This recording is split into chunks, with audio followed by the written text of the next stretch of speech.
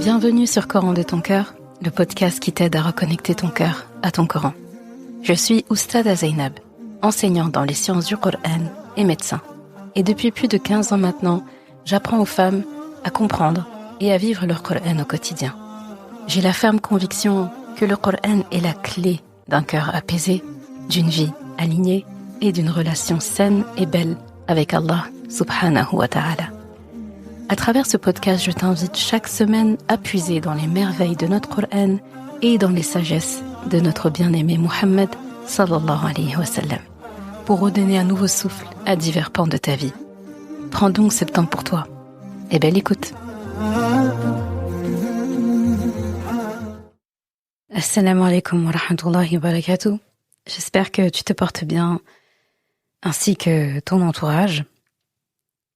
Je voulais aujourd'hui un épisode qui vient faire un rappel à plein d'épisodes que j'ai déjà abordés.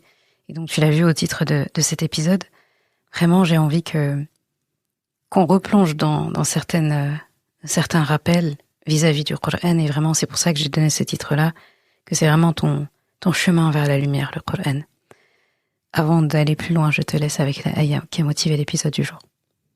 بسم الله الرحمن الرحيم أفلا يتدبرون القرآن ولو كان من عند غير الله لوجدوا فيه اختلافا كثيرا.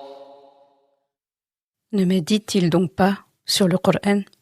S'ils venaient d'un autre qu'Allah, ils y trouveraient beaucoup de contradictions. Surat An-Nisa, ayah 82. Donc je te disais que aujourd'hui j'aimerais t'amener dans une réflexion qui, je pense, si tu la laisses entrer dans ton cœur, eh bien ça peut changer vraiment ta façon d'aimer le Coran, de le lire, de l'écouter et surtout de vivre avec, parce que c'est le but, vivre avec pour l'appliquer. Et qu'on soit des Coran qui marchent sur terre, ou en tout cas on s'en rapproche. Et tu sais, on parle souvent du Coran comme d'un livre sacré, mais on oublie parfois qui parle dans ce livre. On oublie que ce n'est pas un texte religieux parmi tant d'autres. C'est pas un livre de simple sagesse. C'est pas un ouvrage philosophique non plus. C'est la parole d'Allah subhanahu wa ta'ala. Des fois, on a tendance à négliger ça. La parole d'Allah, c'est quoi la parole de quelqu'un? C'est très fort. Allah, c'est vraiment Allah, celui qui t'a créé, celui qui connaît tes peurs, qui connaît tes pensées, tes cicatrices, tes besoins, ton passé, ton présent, ton futur. Allah, celui qui sait ce que ton cœur n'arrive même pas à formuler parfois. Et c'est ça qu'on enseigne dans ce podcast, c'est d'abord ça en fait. C'est pour aimer le Coran, il faut d'abord connaître celui qui parle dans le Coran. Et c'est Allah subhanahu wa ta'ala. Donc le Coran, j'aimerais qu'on le voie dans un premier temps comme la parole d'Allah réellement. On dit souvent la parole d'Allah, comme je disais, mais on ne s'arrête jamais assez sur la réalité de cette phrase. Le fait de dire c'est la parole d'Allah. Alors qu'en fait, des fois, quand j'entends ça, la parole d'Allah, et que on prend pas forcément le temps de réfléchir sur ça, quand on prend le temps de réfléchir sur ça, je me dis, mais j'ai envie de m'exclamer, Allah a parlé. Allah a parlé, les amis. Allah a parlé. Allah a réellement dit ces mots-là.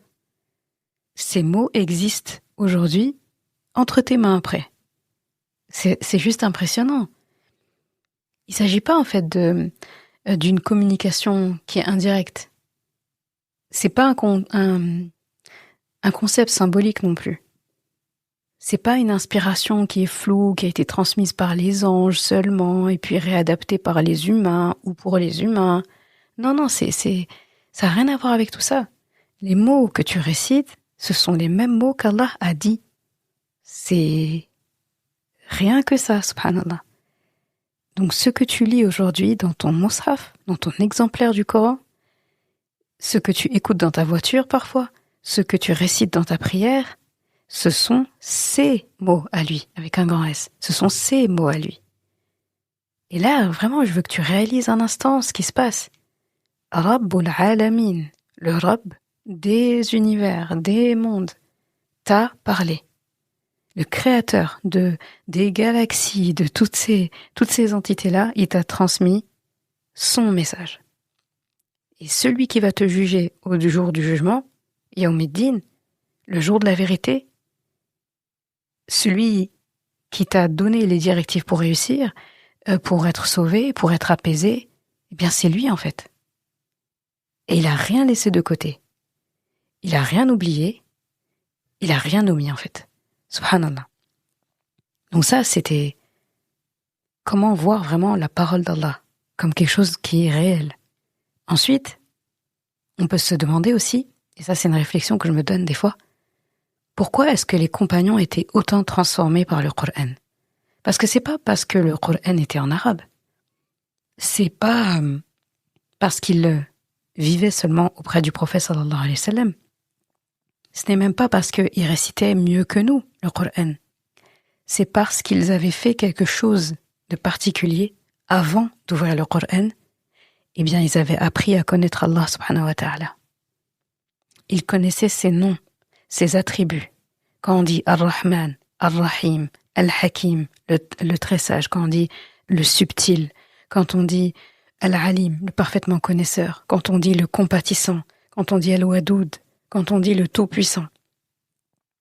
Alors, quand ils entendaient une parole d'Allah, donc du Coran, eh bien, cette parole-là, elle venait comme s'abattre sur leur cœur comme une évidence, parce qu'ils connaissaient Allah subhanahu wa ta'ala. Et je pense à Omar ibn Khattab, quand il entendait Innama ashku bathi wa huzni ilallah, la parole du prophète Yaqub alayhi salam qui est citée dans Surat Yusuf, quand il dit je me plains à Allah, donc c'est à Allah que je me plains de ma peine, de ma douleur. Eh bien, Omar ibn Khattab, quand il entendait cette ayah, quand il arrive à cette ayah, il sanglotait littéralement dans sa prière. Et c'est une manière très forte en fait de vivre le Coran. Pourquoi est-ce qu'il sanglotait autant en entendant ça? Et parce que ça parlait d'Allah. Et il connaissait les attributs d'Allah. Il connaissait cette caractéristique d'Allah justement d'être celui vers qui on se réfugie. Je pense aussi au compagnon Thabit ibn Qais, quand il entendait la ayah qui disait « Ne haussez pas vos voix au-dessus de celle du prophète sallallahu alayhi wa sallam ». Donc « La tarfa'u aswatakum fawqa sawti nabi ». Eh bien, il se croyait parmi les gens du feu quand il a entendu ça. Parce qu'il s'est dit peut-être qu'un jour j'ai parlé un peu plus fort que la voix du prophète sallallahu alayhi wa sallam, sans vouloir bien sûr prendre le dessus ou lui manquer de respect. Mais il s'est remis en question tout de suite en fait. Ça a été le cas aussi de Omar ibn Khattab radiyallahu anhu. Et en fait il s'était enfermé et il s'est mis à pleurer, juste en entendant cette ayah. Pourquoi en fait? Parce qu'il savait qui parlait dans cette ayah. Il savait c'est qui parlait. Il savait que c'était Allah. Et aujourd'hui, il y a beaucoup de gens qui lisent le Coran, il y en a beaucoup, et c'est tant mieux. Mais il y en a beaucoup qui lisent le Coran, seulement qui lisent. Mais ils ne sont pas touchés par le Coran. Ils ne sont pas touchés. Et ça, c'est quelque chose de réversible. Faut pas entendre ça et se dire « Ah bah moi aussi, je suis pas toujours touché par le Coran ». Quand on entend ça, on se remet en question et on se dit « Qu'est-ce que je peux faire pour que ce soit le cas ?» Donc c'est pas à but de culpabilisation que je dis ça, c'est vraiment à but de constat et de remise en question personnelle chacun. Et donc, ils étaient touchés par le Coran. Et là, comme je te dis, il y a beaucoup de gens aujourd'hui qui lisent le Coran mais qui ne sont pas touchés. Et la question c'est, pourquoi? Eh bien, parce qu'on saute une étape essentielle à mon avis, c'est d'apprendre à connaître Allah avant d'espérer être transformé par sa parole. C'est aussi simple que ça. Et là, ça m'amène à un autre point, une autre partie, si je puis dire, c'est le message central du Coran. Eh bien, il est simple, il est clair, il est limpide. S'il fallait résumer tout le Coran en quelques lignes, moi je dirais, tu as été créé par Allah. Tu as été créé pour le connaître et l'adorer. Il t'a montré comment faire ça. Il t'a envoyé un messager humain pour te guider dans ça. Si tu suis ce chemin, tu auras la paix ici-bas, la paix dans l'au-delà. Et si tu t'en écartes là, de ce chemin-là, eh bien tu vas avoir un trouble ici-bas et un trouble dans l'au-delà. C'est tout. J'ai cité 6 étapes. Si je devais résumer tout le Coran en quelques lignes, son pourquoi et comment le faire, c'est tout. C'est simple, c'est pur, c'est plein de nour, tout ça. Et nous, ce qui complique la religion, c'est pas les textes, si on regarde bien. C'est nos négligences, nos passions, nos habitudes, nos blocages, nos blessures. Mais le message d'Allah, il est clair dans tout ça. C'est pour ça que la sourate al-Fatiha, à laquelle je pense beaucoup depuis le début de l'épisode en vrai, eh bien résume toute la vie. Tu as un Rabb, il t'a créé pour l'adorer, il t'a montré le bon chemin, il t'a averti du mauvais chemin. What else? Qu'est-ce qu'il y a besoin d'autre en fait? Que veut le peuple? Et donc tout le reste du Coran va détailler ça. Preuve après preuve, histoire après histoire, exemple après exemple, métaphore après métaphore, règle après règle. Tout ça, ça vient servir le message qui est dans Surat al-Fatiha. Et là, ça m'amène à une autre partie encore qui me vient en tête, c'est faire du Coran une présence quotidienne dans ta vie, dans ma vie, dans notre vie. Et la question qui est très importante à se poser là, à ce stade, c'est eh bien, comment vivre avec le Coran? Et là, j'ai envie de dire, c'est ce que j'explique depuis plein d'épisodes de podcast. Et donc, je pense à 2 secrets que les savants répètent depuis des centaines et des centaines d'années. Ils sont simples, mais très très puissants. En premier, je dirais, apprends le sens du Coran, même si tu prends ton temps, même si tu fais ça doucement, doucement, doucement. Apprends le sens du Coran. Il n'y a pas besoin d'être spécialiste. Il n'y a pas besoin de faire une grande licence en tafsir pour ça.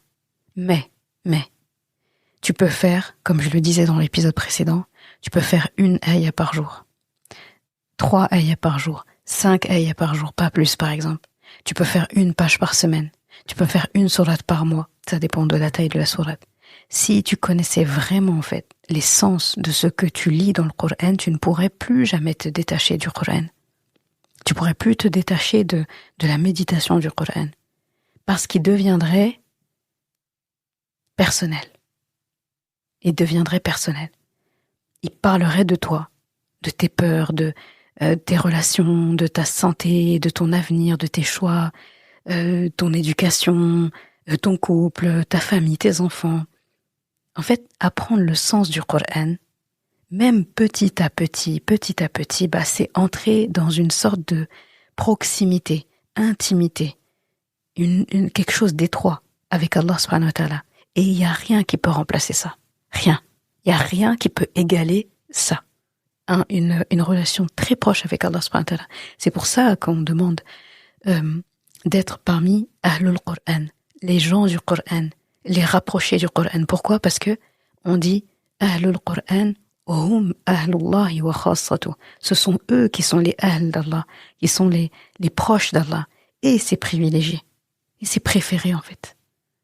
Donc tu vois, quand je dis faut se faire remarquer par le Qur'an au maximum pour qu'il se rappelle de nous Yawm al-Qiyamah, et aussi parce que c'est le chemin, je dirais, le plus court vers Allah subhanahu wa ta'ala. C'est aussi simple. C'est sa parole, en fait.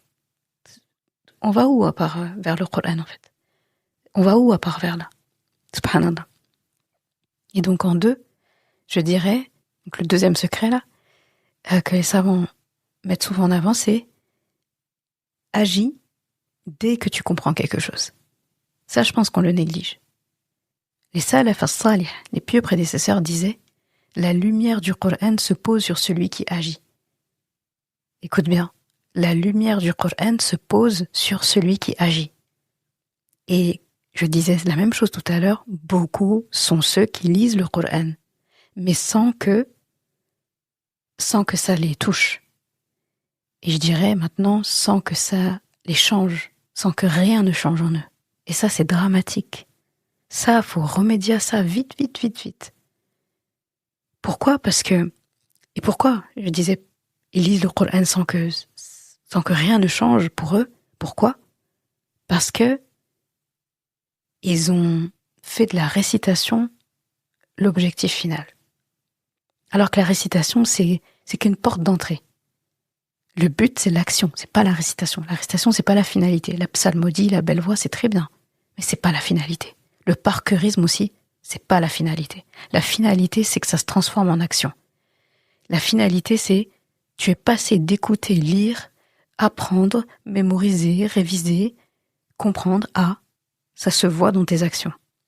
Quelqu'un qui ne sait pas du tout ce qu'est le Coran, qui ne sait pas ce qui se passe en te voyant agir, il doit voir il y a quelque chose en application. Je ne sais pas d'où cette personne tient son livre de... Je ne sais pas c'est quoi son livre de bonne manière à celui-là, je ne sais pas qu'est-ce qu'on lui a appris, je ne sais pas d'où il a puisé tout ça, mais ça tient debout. C'est beau. Il y a de la lumière dans tout ça. C'est ça la finalité du Coran. C'est l'action. Et donc, c'est pour ça que je dis, dès que tu lis un appel, une recommandation, un interdit, un principe dans le Coran, applique-le. C'est aussi simple que ça. Applique-le. Et parfois, les règles, elles sont très claires. Là, le message, il est clair. Il y a des messages, faut lire entre les lignes. Il y a des messages, c'est comme ça. C'est comme si on t'avait mis une petite affiche juste devant le nez. Et il y en a d'autres, ils viennent après avoir passé du temps avec le Coran. Après s'être assis longtemps. Et là, ils commencent à délivrer ses secrets. Et là, on les voit. Et il y en a d'autres, ça va être par des rappels. Ça va être en écoutant quelqu'un parler. J'essaye d'être parmi ces gens-là avec le podcast. Des personnes qui vont venir t'amener un sujet qui est abordé dans le Coran, que tu n'avais peut-être pas remarqué, ou que tu n'avais pas vu comme ça, ou tu n'étais pas arrivé à ce stade-là de ton apprentissage ou de ta lecture. Et donc, ça te permet de gagner du temps. Et je dirais, même la plus petite chose, en fait, que tu vas croiser dans le Coran, qui est applicable, qui est évidente à appliquer, applique-la. À partir de là, le Coran va devenir ce nour, cette lumière qui se dépose dans tes journées. Et c'est ça qui fait que tu auras l'impression d'avoir passé ta journée avec le Coran, alors que finalement tu as passé que 1 heure avec le Coran dans les mains, à réviser, à lire, à mémoriser, à méditer. Mais tu auras l'impression d'avoir passé la journée avec le Coran, quand tu appliques ces actions que je t'ai citées depuis tout à l'heure. Donc tu vois, c'est pas quelque chose d'impossible à faire. Donc je disais, apprends le sens du Coran, même si c'est doucement à ton rythme, et agis dès que tu comprends quelque chose du Coran. Dès que tu comprends quelque chose du Coran. C'est du pain béni, en fait, de pouvoir comprendre le Coran. Ensuite, j'avance là, je dirais qu'il est super important de faire du Coran le centre de ta maison. Ça, j'aime beaucoup ce principe. En fait, tu peux vraiment transformer ton foyer en une maison de nour avec 3 pratiques qui sont simples en vrai. La première, c'est de lire ensemble. Même si c'est 5 minutes par jour, le week-end, peu importe, 5 minutes. J'admire beaucoup les familles qui, le matin, ont ce sas-là de lecture avant d'aller à l'école, avant d'aller au travail.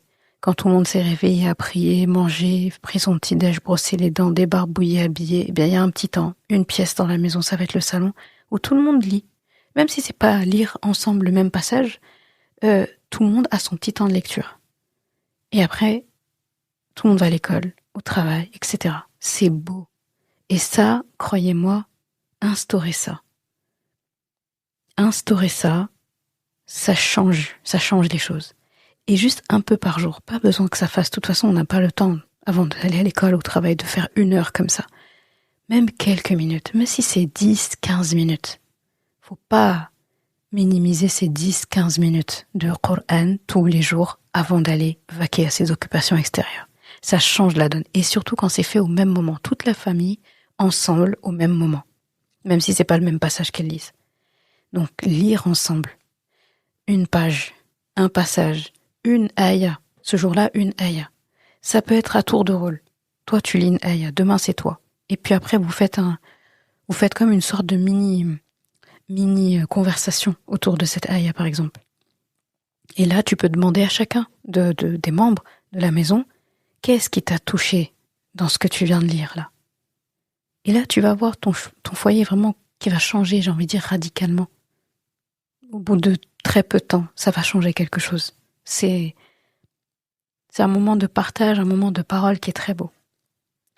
Ensuite, en 2, parmi les pratiques simples que je te propose de mettre en place, c'est de méditer ensemble, pondérer ensemble les choses. Des fois, il y a des gens pour parler de tadabour, ils parlent même de pondération.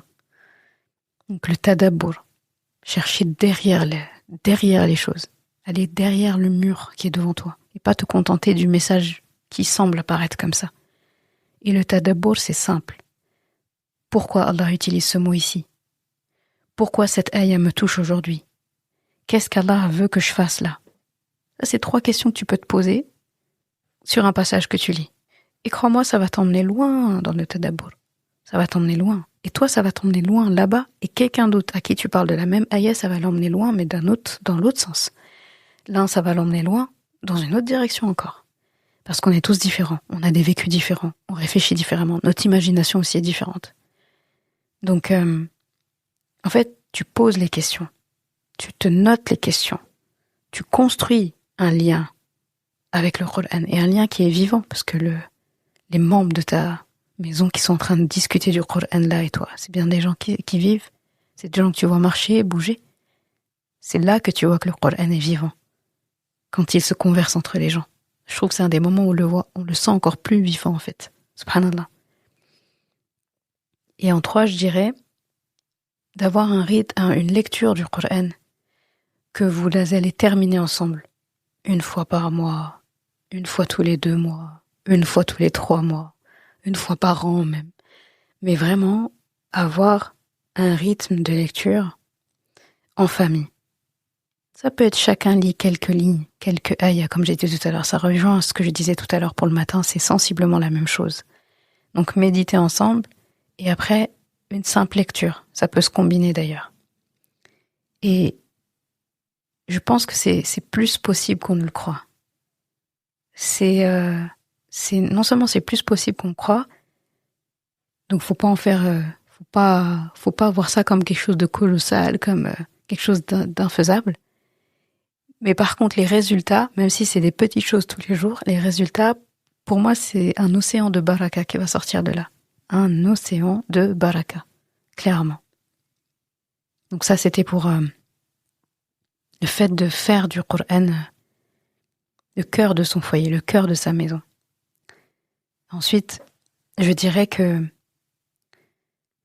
là, la dernière chose que j'aimerais que tu retiennes aujourd'hui, et c'est simple, c'est que tu es quelqu'un de chanceux, de chanceuse.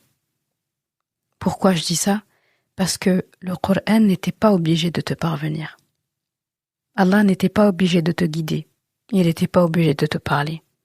Il n'était pas obligé de te faire parvenir ce qu'il avait à dire. Il n'était pas obligé de te donner accès à sa parole, en fait. Mais il l'a fait. Et si ça t'est parvenu un jour ou l'autre, et là ça te parvient, juste le fait que tu écoutes cet épisode, ça te parvient aussi, parce que je sais que tu as un Coran chez toi, eh bien, le fait qu'il t'ait choisi, c'est un signe. Le fait que ça t'est parvenu, c'est le signe qui t'a choisi. Il t'a montré la voie à suivre, le chemin. Il a allumé la lampe sur ton chemin. Il t'a donné sa parole comme lumière, comme guide dans l'obscurité, la nuit, les eaux troubles dans lesquelles t'étais peut-être, ou j'étais peut-être. Et donc là, j'ai envie de dire vraiment, ne laisse pas cette perche, ne laisse pas cette lumière sur une étagère.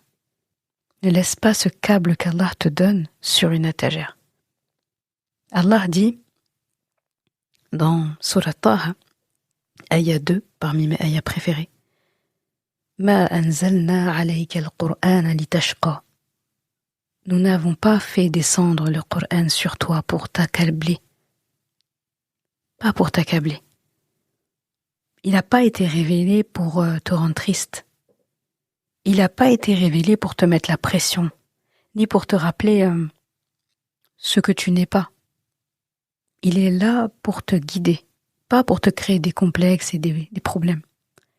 Il est là pour te guider, pour te soulager, te rassurer, te relever, de protéger, de purifier. Tout ça, il en parle dans le Coran. Le Coran, il est là pour t'ouvrir un chemin que seulement toi peux emprunter pour le coup. Parce que seulement toi peux faire comme toi. Parce que tu es toi.